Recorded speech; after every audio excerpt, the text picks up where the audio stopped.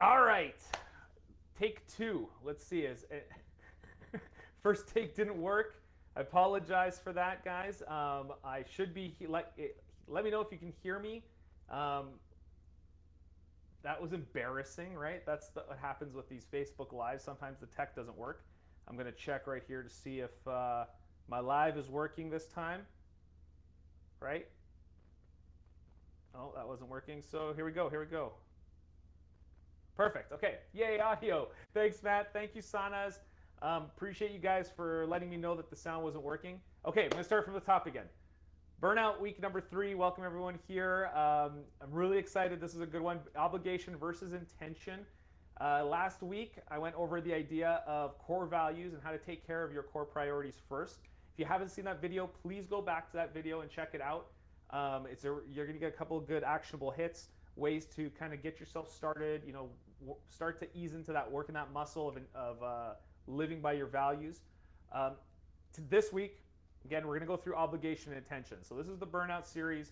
For those of you who are new, please go check out the first week. I did an overview of burnout, how we get there, how we get out of it. Each week, I'm diving deep into more of the concepts that I was teaching there. Last week was about the core values. This week, we're going to talk about obligation or intention, right? So what we've got here right now, and I just want to say thanks again to Matt and to Sanas for helping me QC these sound issues that I was having. And I'm going to start with the question of the week. So, question of this week is, what's the one thing you hate doing the most? Drop it down in the comments. I definitely want to start seeing what for everyone is like the worst thing, right? I'll share with you what mine is. I hate cleaning bathrooms. That is my least favorite thing to do. And I have to admit, I kind of just don't do it. And I kind of leave it for my wife to do. So Sanas, I'm sorry, now my secret's out. You know that I don't like to do bathrooms, and I usually avoid doing it. Whenever I have to clean the bathroom, I get really grossed out. I really get flashbacks of being in the restaurant, having to clean toilets, in the bar, in the restaurant, and I just don't want to do it ever again. I don't care if it's for me or for my family. It's just not something I want to do. So share with me, what is it you don't like to do? What's the one thing that you could look back on and say, I'll never do that again, I'll be happy to. So let's dive in. I went over the definition of burnout in the previous videos, but I want to reiterate it here today because I think it's an important one to keep in our mind. It's a physical or mental collapse that's caused by overwork or stress. And I like to basically say it is when you're overworked and feeling underappreciated, right? Because it's a feeling. Burnout is a feeling. We feel burnt out. We aren't actually burnt out. We're not on fire. We just feel tired. We feel unmotivated, resentful. You find you procrastinate more. You're cynical or negative most of the time, right? Or you have those sense of feelings of defeated, right? And in this case, when I talk about overworked and underappreciated, it leads into this week's topic really, really well. What it basically means is there's the want tos versus the have tos.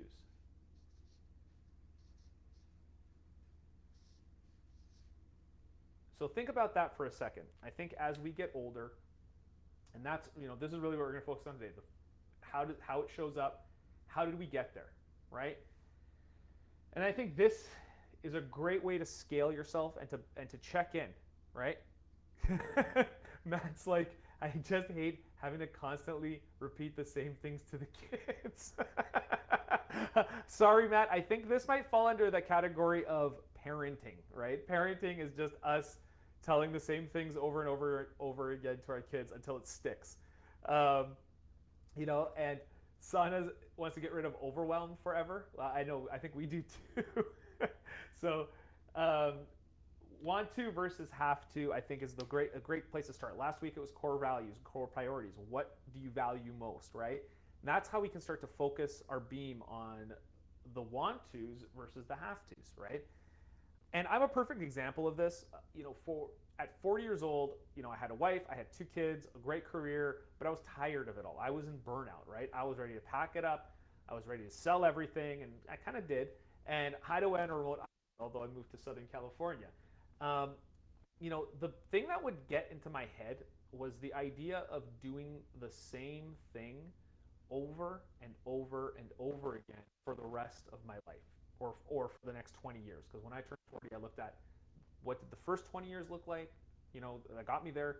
What did the next 20 years look like? And I panicked, and I had a lot of anxiety around that concept. I cannot do what I'm doing right now for the next 20 years, right? I was living in a life that wasn't sustainable.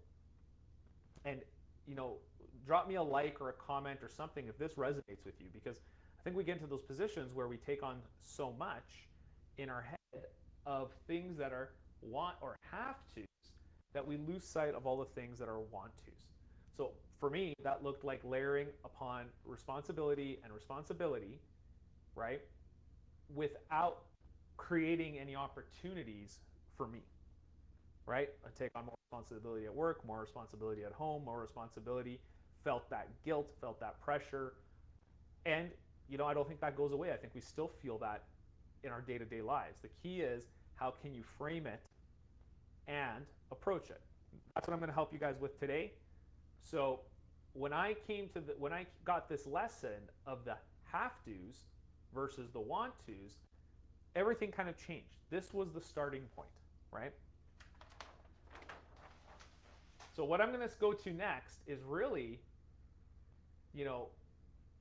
changing your words, right? And this is why I brought up have to versus want to. It's a very simple way of changing the script on your brain, right? Henry Ford quoted us this: whether you think you can or you think you can't, you're right. So the way you approach things is really about how it's going to turn out for you. And that's where the words come in. So when you go into an example, like when you go into something where you're like, I have to do this. A lot of people say, I have to go to work today. I have to do this. I have to go pick up the kids. I got to go do this. There's all these have to's or can'ts that creep into our language every day. And those are demoralizing. There's nothing that feels worse than I have to do something. At least for me, I know I do not like being told what to do. Period. Ever. I hate being told what to do. But if it's my choice, if it's something that I choose to do, if it's something I want to do, that just opens up a different energy that I show up with. I become excited. I at least become, determined to do it, right? As opposed to resistant to it. And when we go and operate our lives from this I have to mentality, it's not surprising that we all feel obligated to do these things. And then we start to build up resentment and anger and all the other feelings. But when we switch and we actually take ownership and change the word around want to do something, man, that's powerful stuff. That'll lighten you up. Try it out. You'll feel it as it takes over. So instead of leading with the can't, have to energy, so these are the words we don't want to use. We don't want to use should, right? We don't want to use should. Bad word. We don't want to use have to, right? And we don't want to use can't. These are the words that creep up into our lexicon all the time. And I don't know if you guys can see those three. I'm going to go back a little bit. Should, have to, can't, right? What we want to do is replace that with want. Right? That's it. It's a very, very quick switch. See how easy that was?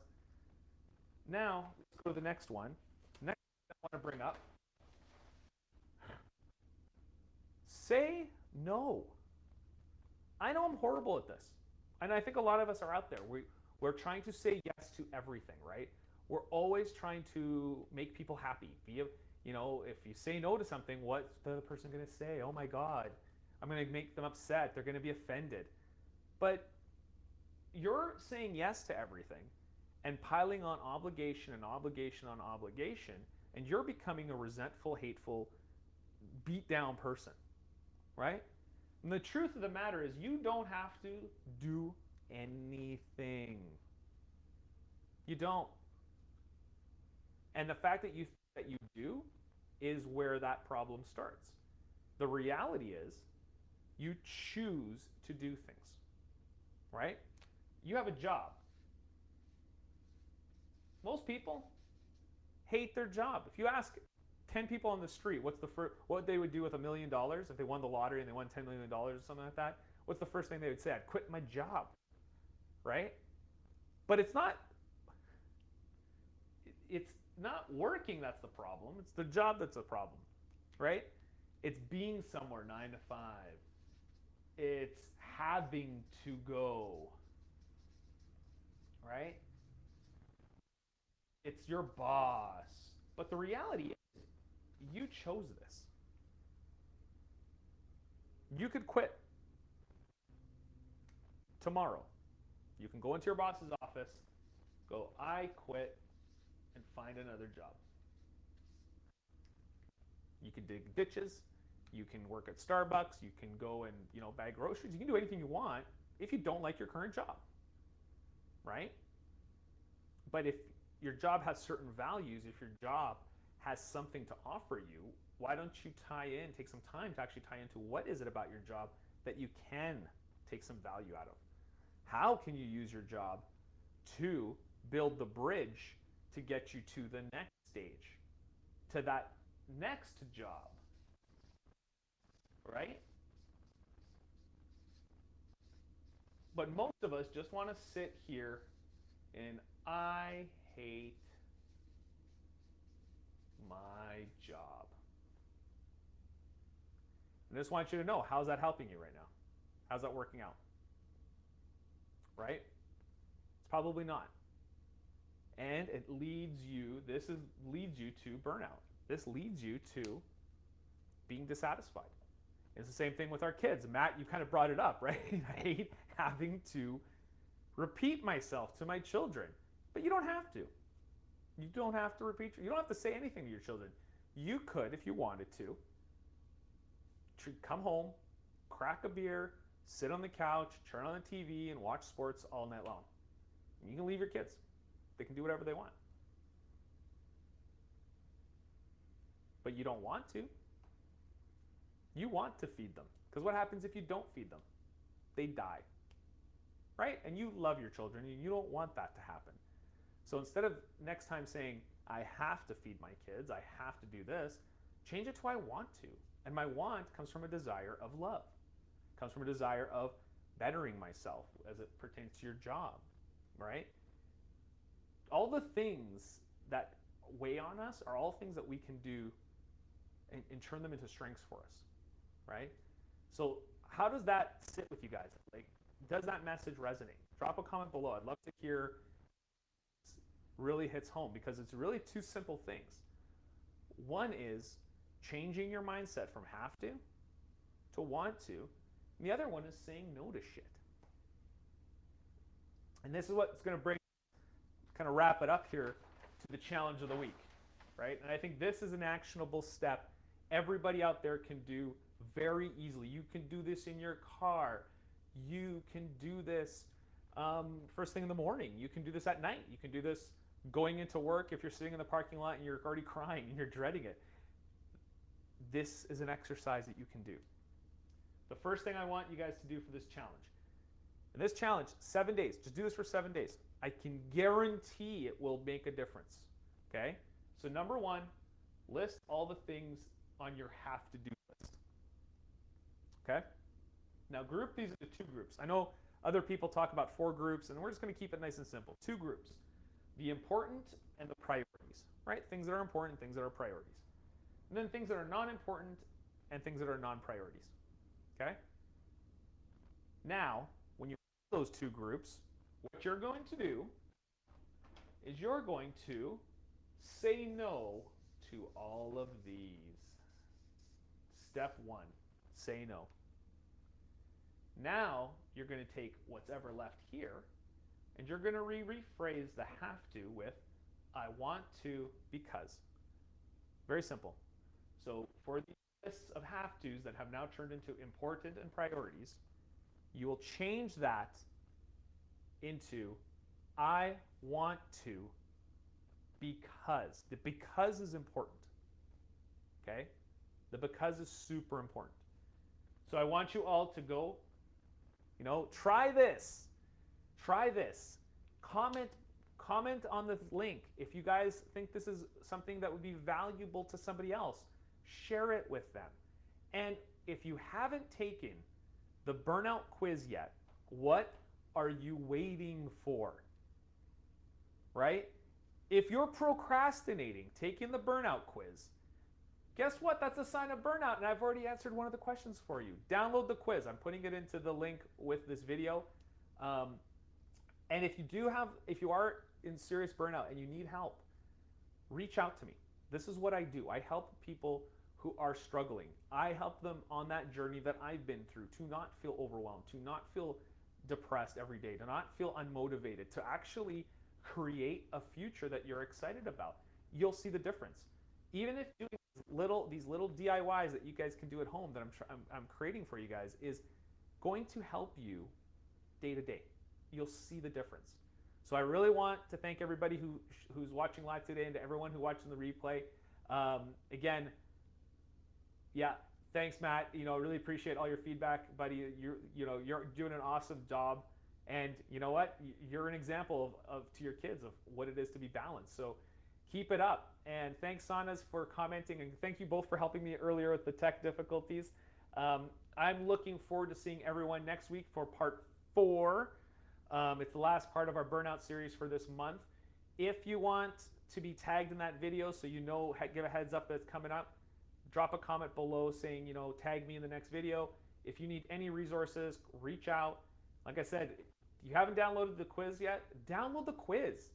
And I look forward to talking to everybody next week. All right, have a great weekend.